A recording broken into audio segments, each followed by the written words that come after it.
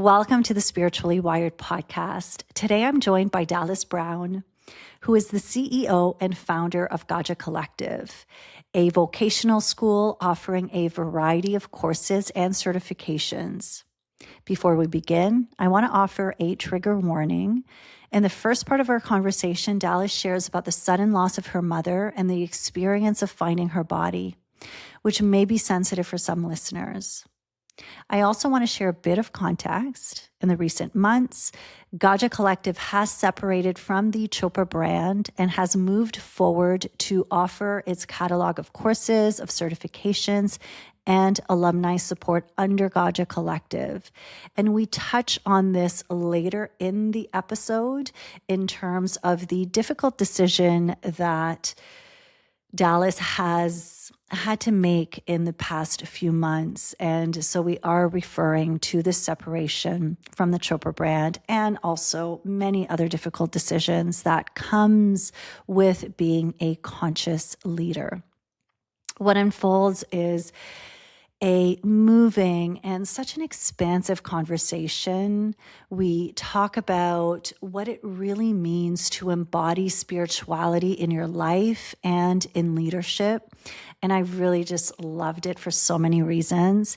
We also explore the tension that so many of us feel between wanting to live fully, to do all the things, and at the same time, wanting to retreat, to disconnect, to go inward, something that so many of us are feeling right now with everything that's going on in the world.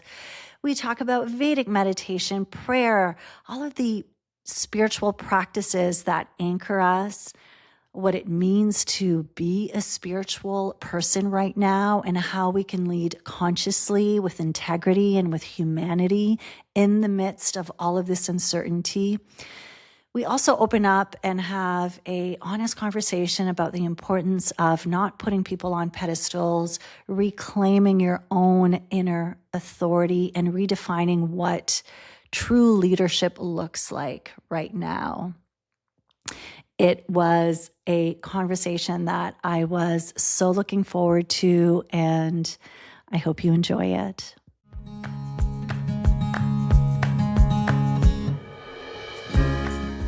Hi, I'm Renée Walker, a mindset mentor, speaker, and lover of all things spiritual. I believe that at our core, we are all spiritually wired for love, peace, success, and abundance. Here on the podcast, we're diving into mindset, wellness, and business, but always through a spiritual lens. Let's just say we're going deep, but we're keeping it light.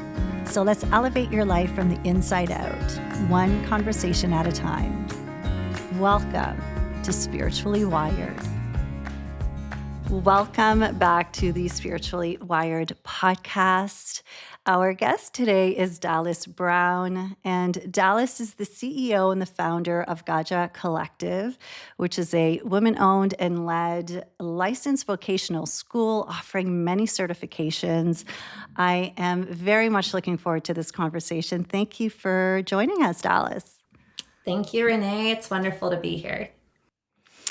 So, Dallas, instead of reading a scripted bio, I would love to begin by you just sharing what your life, what your journey's been to really lead you to founding Gaja Collective. Great. Yeah, it's been a journey with a lot of chapters. So, I guess I'll start at the beginning. I was raised in San Francisco by my mom, and growing up, I was a very externally oriented kid and also a deeply spiritual kid. And I found this sort of tension between those two sides of myself. And my mom, who wasn't a part of any faith communities and didn't really explicitly bring practices into the home, would always tell me that I needed to meditate, which was an odd thing for her to say to me because she didn't meditate and we didn't really have communities that were doing that around us. And I think she really just saw how kind of overly social and concerned I was about the goings on of the school cultures and the groups of people and the social hierarchies and all that kind of stuff. I was really wrapped up in all of that. And then, so life went on. I was a good student. I was, really ambitious and motivated and wanting to find my work that was purpose and dharma. I connected to that concept very, very early. And I had no idea what that was. And it was like this real, almost constant drive of seeking and searching and trying to find this path and this thing that I felt was out there for me. And I didn't know what exactly that looked like. When I was 21, I had just graduated from college. I went to UC Berkeley, go Bears. And a couple weeks after that, my mom, who had been the center of my whole universe, died really suddenly and tragically. And I found her body and had to negotiate that that trauma as a 21-year-old who didn't really have a lot of adults and supports in my life. She had really been everything. And in that experience, and I probably should have said, trigger warning, and maybe in the editing you can add that in, because this, this can be a difficult topic for people who have experienced that kind of trauma. In the experience of finding my mom's body and coming to try to understand what it was that I was seeing, and in the minutes and hours that followed, I had a different experience of consciousness from anything I had experienced before, where I left my body and I was hovering above the scene of what was going on. And I saw myself, and I saw my mom, and I saw myself calling 911, and the house getting really busy, and all of the things that were happening. And I was aware of the feelings that I was having, down below on the earthly plane, which were, obviously filled with emotion and shock and sadness and fear. But I, a different sort of I, a larger I, was safe and held and connected to a greater sense and a greater field. And that experience was life-altering for me. In the months that followed, as I began to process and grieve, and I had to go through my mom's house and sell the house and sell all the things and try to make the best decisions I could as a 21-year-old who really didn't have any guidance. I was also set on a new spiritual path where I needed to, one, find a new anchor, because my mom had been that sort of center of the universe for me, and now that was gone. And I never, you can't lose that experience once you've had this glimpse of consciousness. And, I knew it wasn't weird. Even at the time, it was because it felt as natural and real as any other experience in consciousness, waking, sleeping, dreaming. But I didn't have the language, obviously, or the study or the frameworks to understand that all of these different experiences of consciousness are just part of the human experience. So my journey from there on included a lot of meditation trainings, continuing to find my purpose, international travel, graduate school, therapy. really trying to find my way. And I started to connect deeply with the coaching field. Martha Beck was my sort of foray into learning about coaching as something that wasn't just woo, something that was grounded in her sort of standing as an academic and a Harvard, professor was helpful for me as somebody who had really valued those types of experiences and credentials. And so this could be, the story could go on for a long time because there were many, many twists and turns, but I found myself really drawn to coach training, which I trained with the Martha Beck organization probably 17 years ago at this point. And then found my way to the Chopra organization, where I was an executive for 15 years and had many, many opportunities to lead and shape spiritual communities through that work. That chapter came to an end, and I was listening in through my prayer practice, through my meditation practice, figuring out what to do next. And there had always been still those sort of two tensions that I had held, which was maybe I should just become a minister or a rabbi or go live on a mountaintop and really give in to my strong drive and urge to know and experience these deeper truths and these the spiritual learning and understanding that is possible with intensive practice. And then there was this other side of me that really continued to want to be in the world and to build things and to create communities and to parent and to love and to learn and to have friendships and to be engaged.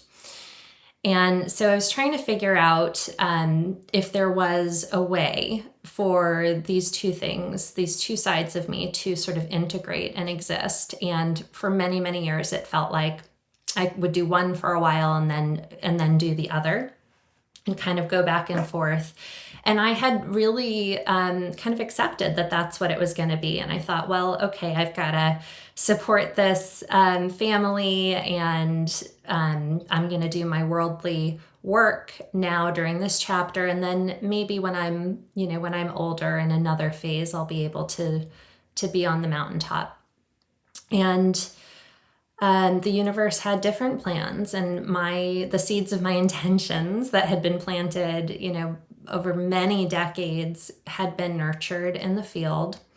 And the need and the opportunity for Gaja Collective came about. This was in early 2025. So we're just celebrating our first birthday. And what that need and what that opportunity really was a space for a community of 6,500 meditation teachers, coaches, yoga teachers, and Ayurvedic teachers and consultants to find their own sense of community, their own continued education and resourcing and learning, and to really bring in new people who, like me, had felt that drive to do something deeply meaningful, spiritual, connected in the world, but really wanted that academic backing. And that's what Gaja Collective is at its core. We are a licensed vocational school. Many trainings and certificate programs out there are not. And I understand why. There's a ton of bureaucracy and regulation and paperwork that we have taken on to maintain that structure. But it's really important because it protects the integrity of the education. And it's really about protecting the students. It's all for the benefit of the students that we have oversight into our trainings, the quality of our education, our faculty, as well as our student outcomes. And we also have a number of third-party accreditations that we're really proud of. So our coach certification training is an ICF accredited coach training program, as well as a National Board of Health and Wellness Coaching accreditation. And I'm actually not familiar with any other trainings that hold those dual accreditations, because it makes the program, operationally heavy for us. But the benefit to the students is they have so many more options when they, attend a program, especially if they're not totally clear on what their outcome is going to be, where they can take the training, they can take those board certification exams, and then be eligible for roles where that's a requirement. So that all feels good. It hasn't been the easy path, but I sort of always knew I wouldn't choose the easy path. And so here we are, and we've been through an immense amount of change even in this past year, but there has been so much goodness and love and encouragement and positive feedback from our community to keep going, and that there's something also about being out there and saying we are women owned, we're women led, we are independent. There are no investors here. There's no corporate dollars or other interests or anything. It's just us, and it's just the community. And that word collective, really came through from Spirit and was so clear, because this was never about me. I'm not the spiritual teacher. I don't think of myself as that. I think of myself, somebody asked me this the other day, and I was like, I'm the sheepdog. I'm the one that's like, listening in and hearing and learning what needs to happen, and helping all of these our amazing faculty and the community to all kind of move together in a direction that we all feel hopefully is our, moving towards liberation ultimately. Well, I definitely want to come back to the Gaja Collective. It is, I mean, that is the beauty of life, right? There's so many different twists and turns, and we never know where it's going to lead us. And I so appreciate your willingness to share because there's always these moments that really shape us, that stay with us in a way where we always have this free will. We choose which path, but then there are those moments that are bigger than us. And it sounds like for you, for sure, as a 21-year-old, which is a very young age to experience something so profound, and yet it led you on this incredible path. And it's interesting because as you were sharing it, what was coming to me is that your mom, in mentioning meditation, was her way to lead you on that path too before, even when it made no sense. Thanks for saying that. I do feel that, that she planted those seeds, and that she and me and, all of us are part of this larger collective field. And there's these messages that are coming through in the field. I had no idea that I would be charged with holding and a container in a community that continues a legacy of Vedic meditation that dates back at least to the 12th century, and is said to have been cognized by seers at the beginning of time. I had no idea, that would be part of my path. And yeah, maybe my mom did, and was tapping into that field in her own way. I also appreciate how you're bringing up the tension that exists between, and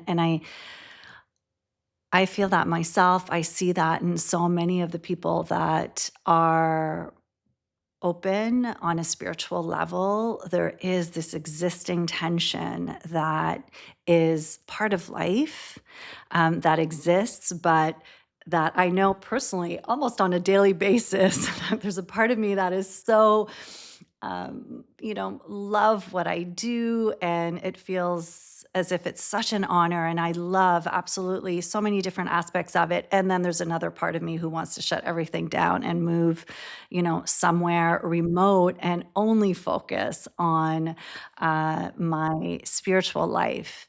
And so it's very real, these two pieces, and the more that we can open up that conversation. So I'd love to, like, maybe we can go there a little bit more, even from like a chakra perspective, and this is the way, again, what's been playing out for me, and I'd love to get your perspective on this. But like, some people tend to be more root chakra based, they're more grounded, they're in the body, and they're here kind of working on opening up that spiritual connection.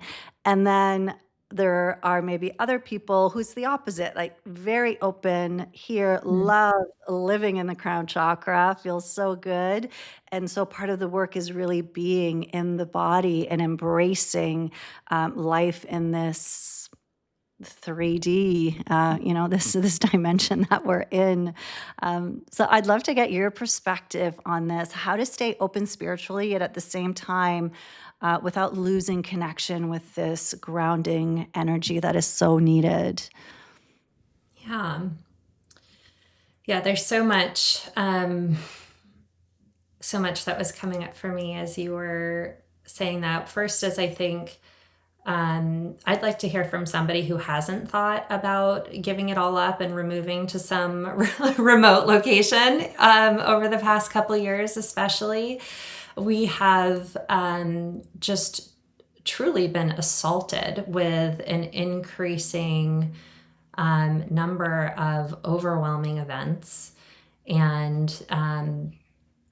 that doesn't seem to be slowing down. It's this really interesting time to be in the world and to be spiritually oriented. And I think I always look to the past, look to the wisdom traditions, because they provide us with frameworks for understanding. If I look at what's happening in my life in April 2026 at a really close cut, it can feel really challenging in certain ways.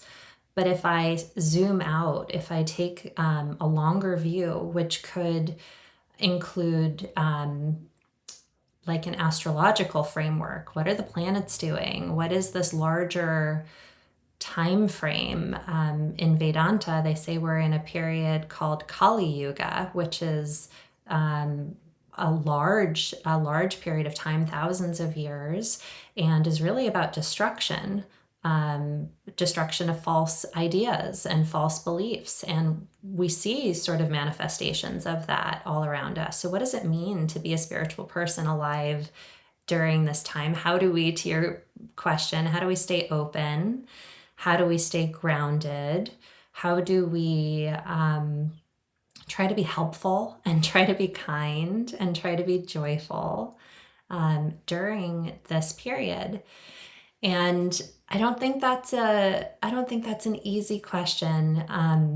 Ayurveda provides another really wonderful framework to help us look at ourselves as individuals.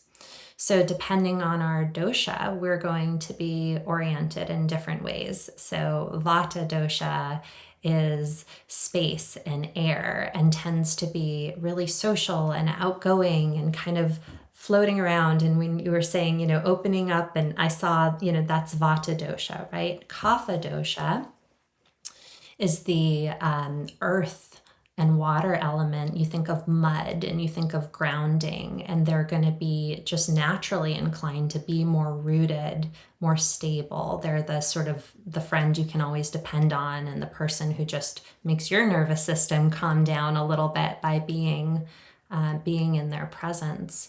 So I think we need to be really self-aware and use these frameworks that are available to us.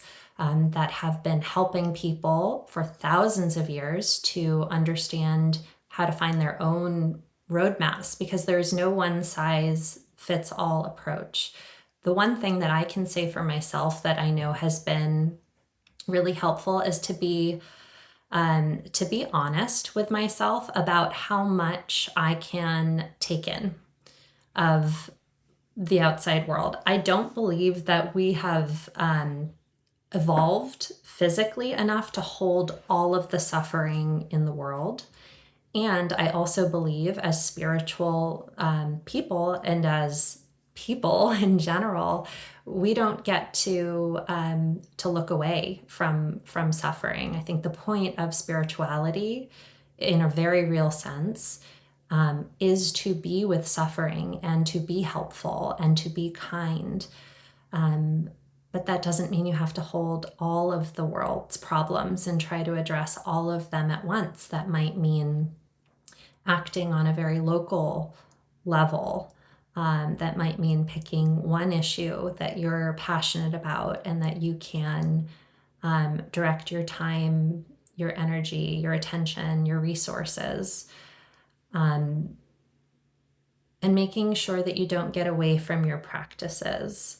I think that's the other really, really big thing. And I had a lesson in this in the past month where there were just, a lot of challenges and a lot of changes. And I was totally caught up in the swirl of everything that was going on, and had a moment where I was checking in and realized that I couldn't easily answer the question, what did I want to see happen? What was this sort of for? I had gotten disconnected from that. And that's where it gets really dangerous, because then we can become vulnerable to what we see as what manifests really as pain and hurt and ugliness in the world. Yeah. We need to remember our practices. We really do.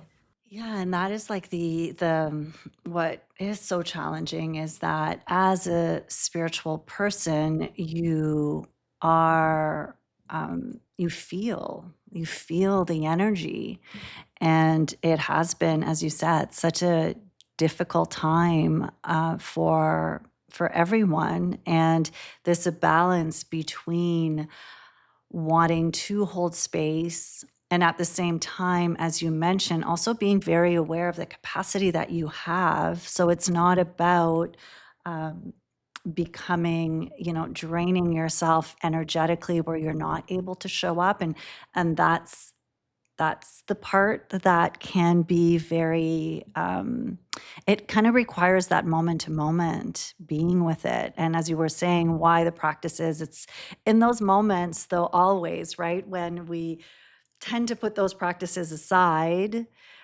because maybe it feels easier to distract yourself, to numb yourself to the reality of the pain and the suffering that you are seeing out in the world. Yet it's when your practices are the most important. I'd love for you to share what that looks like for you. So what are the practices that you really prioritize? Yeah. Yeah. Daily meditation practice, that's non-negotiable for me. And as a mom of two young kids, that means I have to wake up very, very early, because there is something in the collective field that if your children know that you're waking up early, they're going to wake up earlier, no matter how quiet you are and how you tiptoe. They just know. It's like it's the same thing as every morning during the week. I have to wake up my children to go to school, and they are, in a deep sleep in their bed, but at, Saturday morning rolls around and they're up before 6 a.m. Guaranteed. It's a law. It's a law. It's a spiritual law. What can we say? We can't question. We need to add that to the spiritual laws. Totally. Yep. So yeah, meditation is really, really non-negotiable, and I feel the difference if because I am not immune to getting away from that practice. A trip can do it, illness can do it, having to caretake can do it, busy chapters can do it, but I really see the difference in how I'm able to show up for myself and for others in the world if I'm not meditating. My meditation practice is related, though different, from my prayer practice.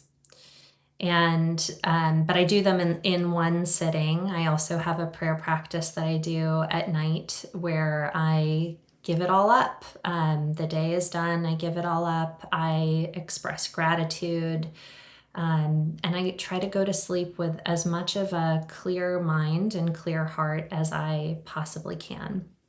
But for me, my prayer practice, and this has been especially important moving through times that are more challenging and trying to sort of see which way to go and how to respond.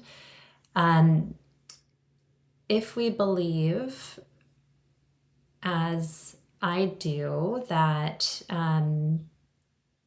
in consciousness, in a unified field, in a universal connection of all beings, then it's all God, or insert your word for divinity, nature, source, higher self, consciousness. And so if it's all God, that means the good, the bad, the ugly, the challenges. And there's no sense in arguing with reality as it's unfolding. And there's an invitation in that acceptance of whatever is happening to look for the learnings and look for the opportunities, and to try not to make it any sort of sentence, any sort of limiting sentence on you. And that's been a really helpful shift for me that has allowed me to sustain energy and inspiration during challenging moments. Beautiful. So your meditation practice, and you mentioned, and then your prayer practice as well. You mentioned Vedic meditation, and it's something that that is the what I've studied as well. It's not something that we've really talked about on the podcast. So I would love for you to. Can you share what Vedic meditation is? Yeah, definitely. So there's lots of different styles of meditation. There's walking meditation, there's, other moving meditation, mindfulness, where you bring your attention into the present moment. And there's also very different styles of Vedic meditation. Vedic meditation tends to be a mantra-based practice. And mantra is a Sanskrit word that translates to mind vehicle. So anything can be a mantra, right? It can be a sound, a word in English, a sound in Sanskrit. And the purpose of utilizing a mantra is to really give your mind something to attach to and to repeat silently, usually during a meditation practice, that helps to take your awareness to more subtle levels. So I think of it almost as like giving a dog literally a bone, right? That's giving the mind a mantra. Give your mind something to do. The mind wants to think. Allow it to think the mantra. And that sort of gets it out of the way so that you can hopefully slip into those more subtle stages. Hopefully, spend at least a moment or two in the gap. And the more you practice, the more time you're able to spend in that space. And the gap is not some really deep esoteric concept, the gap is literally the space in between your thoughts. Mhm. And it's similar to flow state. So many people will have had an experience of what's called flow state, even if they're not meditators, where if you're an athlete, it could be while you're engaged in your sport and you're just really in it, and time passes and you're not aware of how much time has passed. Or if you're an artist and you're painting, you could have that same experience where somebody calls and you realize, oh my gosh, where was I? That's the gap. And it's a deeply, deeply healing and restorative place to be.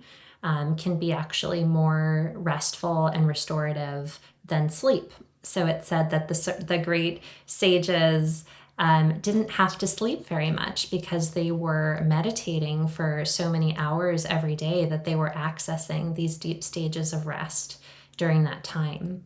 So, Gaja Collective today offers various meditation programs, but we train teachers of a type of Vedic meditation that utilizes Ayurveda, that utilizes mantra to help to take the mind to more subtle levels.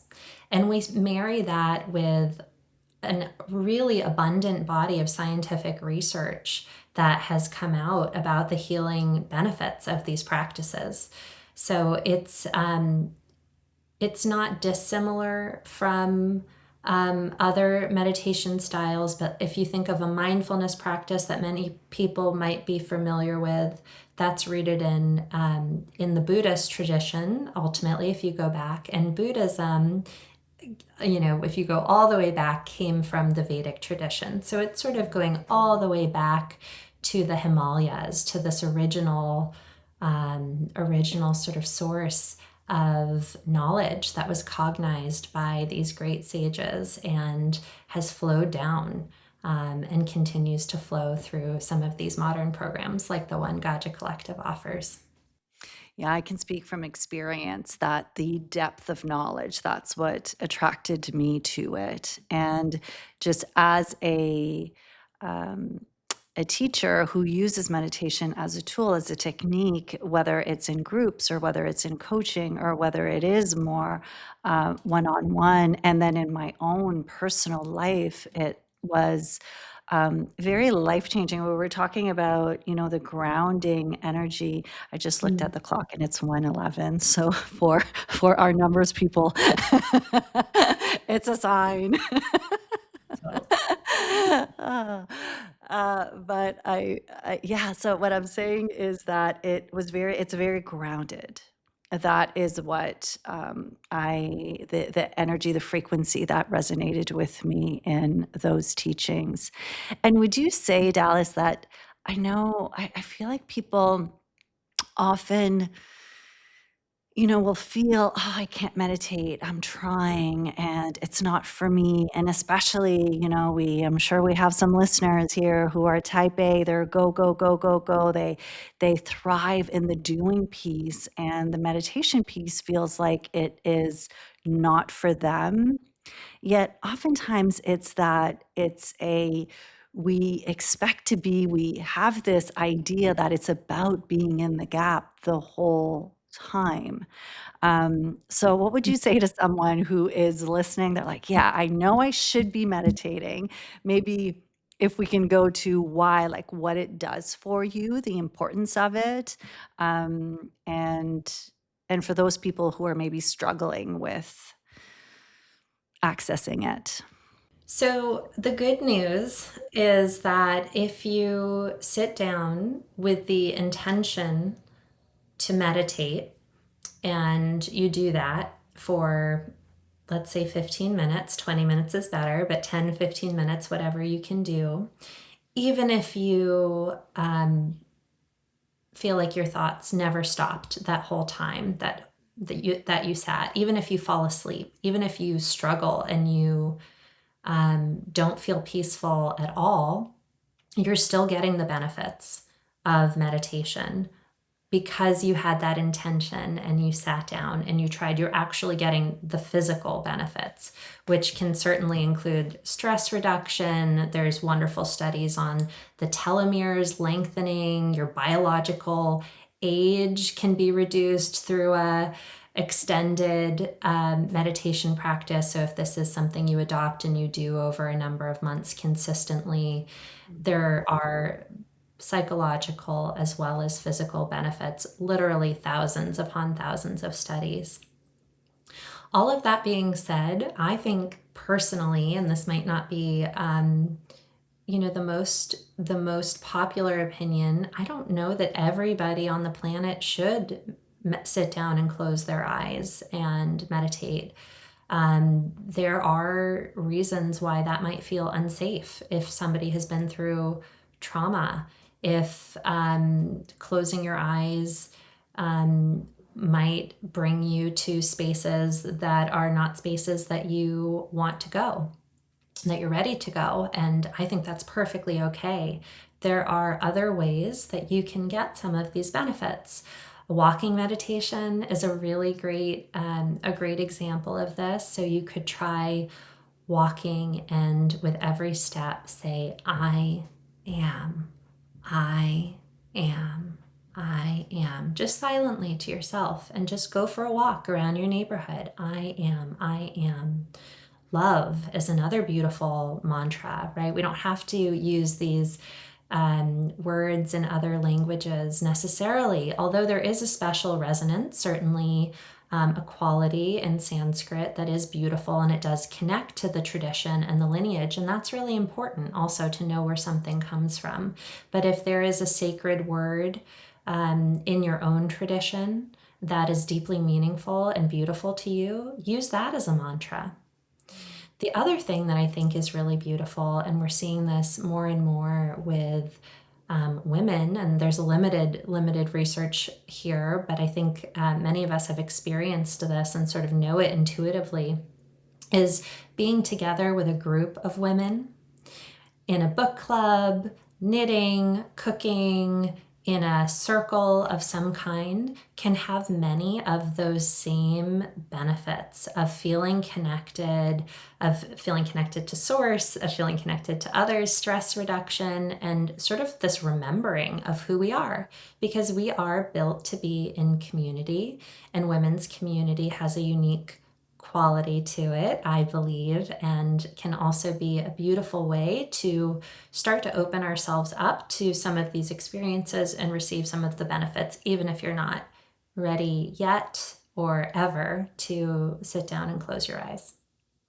Okay, I love this. So first of all, even when it may not seem as if you are getting the benefits, you are. The practice of showing up for it with the intention of meditating, regardless of what it looked like or felt like, is the intention alone will in that you will receive something from your meditation. So trusting that and that knowing, and then also permission to, I mean, your body needs to, your nervous system needs to feel safe. So if your nervous system is not feeling safe in whatever practice it is that you're doing, then it is an invitation to maybe explore other ways.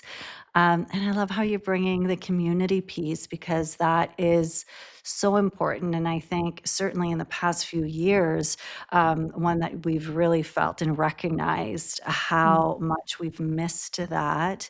I mean, certainly the online space has been a gift in terms of being able to still find that connection, but there is something just incredibly powerful with being around other women. So thank you for sharing that. I'd love to maybe transition the conversation into conscious leadership. And that is something, and when we speak of, when I'm speaking of the term, I'm using the term leadership, I do believe that everyone is a leader in their own way, whether it is in business, but in your family, in your community. When we are on the spiritual path, there is part of that is a calling to step in some form of leadership role. So you speak of conscious leadership, and I would love, maybe can we explore what that means to you, that term? Yeah. Yeah, conscious leadership is a beautiful term and it is used by many people in many different ways. What it means to me is really first and foremost authenticity. Mm. Um, I'm pausing because there's so much wrapped up in that word authenticity for me, that I think is so important and so being asked for during this time. We have in the spiritual spaces and in the wellness community seen these huge chapters and sort of eras in the past number of years and decades, and a lot of learnings from those chapters. One of the learnings that sticks out to me and that we are really exploring as a community at Gaja Collective is exactly what you said, that everyone is a leader, that everyone has the ability to step forward and take these truths and this that knowledge that is here for the benefit of all of us and to move it forward in different ways.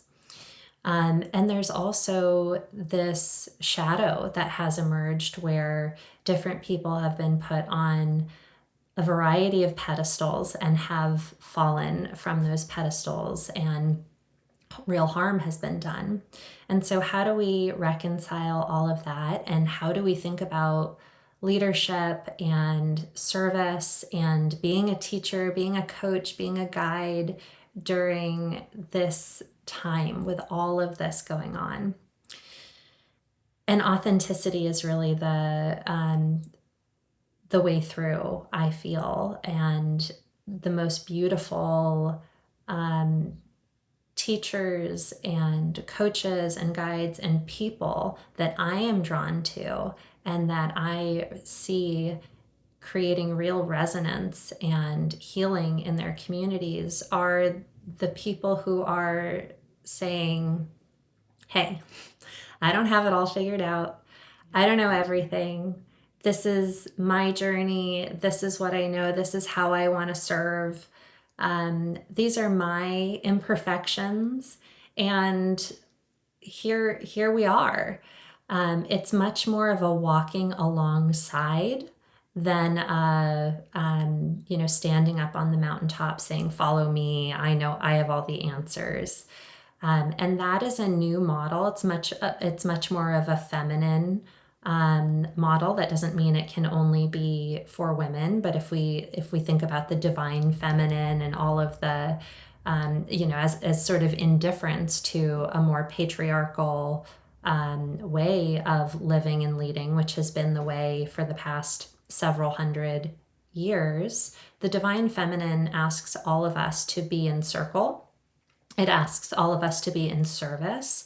It asks for collective care and community care rather than one person who rises above everyone else and has all the answers. So those are the sort of tenets of conscious leadership.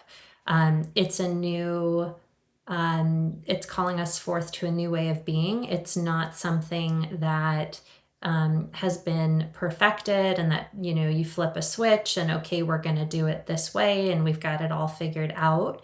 But I really feel that this is what we are being called into becoming and doing and leading through for ourselves and really for the planet during this time. It's a little bit big at this moment. And that's what Gaja Collective is ultimately about. It feels like a living lab, really, for Yeah. experimentation and emergence of this different way of working and living and leading and being in service and learning and trying things out and figuring it out together. Yes, it's so important to keep it real, and that is the piece sometimes, and I think and also for people, what's showing up too is that it's important for everyone to a certain extent, we also need to take responsibility for our own, in the sense that we sometimes are looking for the answer in someone else. And that's where, so, when we are working with coaches or teachers with the expectation that they have the answer and that will, is what I need in order to fill something in me. And maybe that's where, sometimes it doesn't feel authentic, is that there's a promise that can happen when in actual fact it's the inner work of being in connection with spirit, with God, and with yourself. And then the teachers, the communities that we find are there in a beautiful way to help maybe enhance it, to support us in that connection that is so deeply personal. um, but yeah, it's not easy necessarily to navigate, and especially now in the world I'm seeing, just, kind of having been a part of the coaching world for over 20 years, it's just so loud, and I can see how confusing it can be, for people as well. Yeah, you touched on a few things there that are really, really important. The difference between idolizing a person and um, benefiting from a body of work that has been created. I also, when somebody is telling you, here are the answers, and they're doing it with, in a really compelling way, it's hard sometimes to, how do I want to say this? I don't think we should blame people who have, been inspired and believed and, um, Mhm. invested in, because there are a lot of resources and um, a lot of work done to create those systems Yeah. where um, that belief occurred. And we see this, we can say this happens in politics, right? This happens in governments all across the country, cults, and in the wellness and the spiritual world. But it is a sort of, although it's painful, it is very empowering to separate the teachings, as it said, from the teacher, and to say, well, hey, I have this knowledge now and I can take it forward. It doesn't, not all is lost, and I don't need to be um, following any particular person that doesn't resonate with me and my values. One of the Gaja Collective values is no gurus, no gurus. Yeah. No Good gurus. teachers are so Mhm. important, and good teachers will always be important because they can help light the way. They hold Mhm. knowledge, but good teachers are there with us in those Yeah. trenches, right? They're sitting alongside, they're compassionate, they are imperfect. One of our amazing faculty, Roger Gabriel, who you probably remember from your meditation training, he always shares this quote that I just love, which is, seek enlightenment, but run from those who claim to have found it. Yes. Yes. That is the biggest red flag, right? When it's somebody knows it. I feel my entire body resist. And you mentioned Roger. He's yeah, my favorite, my goat meditation teacher. Even though we're not supposed to, it's just something about his essence that just feels, yeah, pure. So as you said, it's not. It's so important, and thank you for clarifying that. It's not that we are blaming anyone in any way, because that is where the I can see, and we've all felt that way, yet at the same time, giving ourselves the space, the permission, choosing the people that resonate with us, and we do kind of learn. I do believe that we learn what is meant for us at different times from the teacher that we need at those times. It's quite, when you look back, it's quite interesting how everything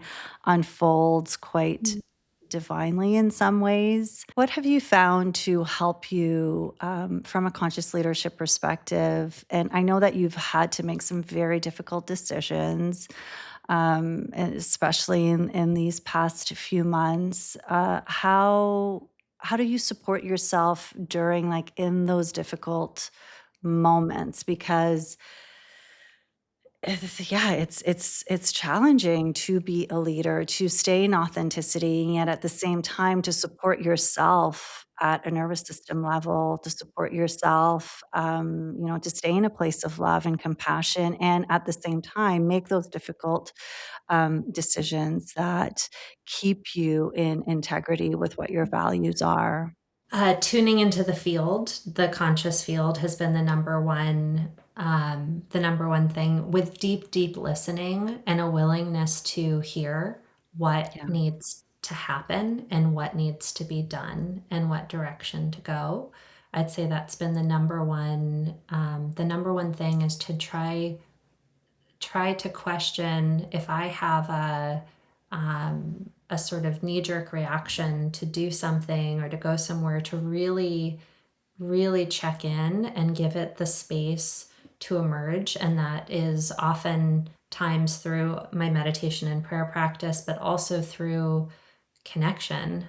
I've spent a ton of time connecting with members of our community one on one through listening sessions and town halls and all sorts of emails. And,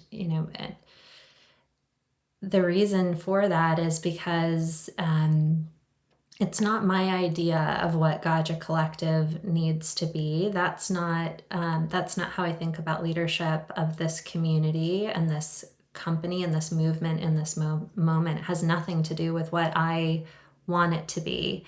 It's really what it wants to be and what it needs to be. And there's a deep tuning in and a listening and an emergence that needs to take place in order for that truth to emerge in its own time.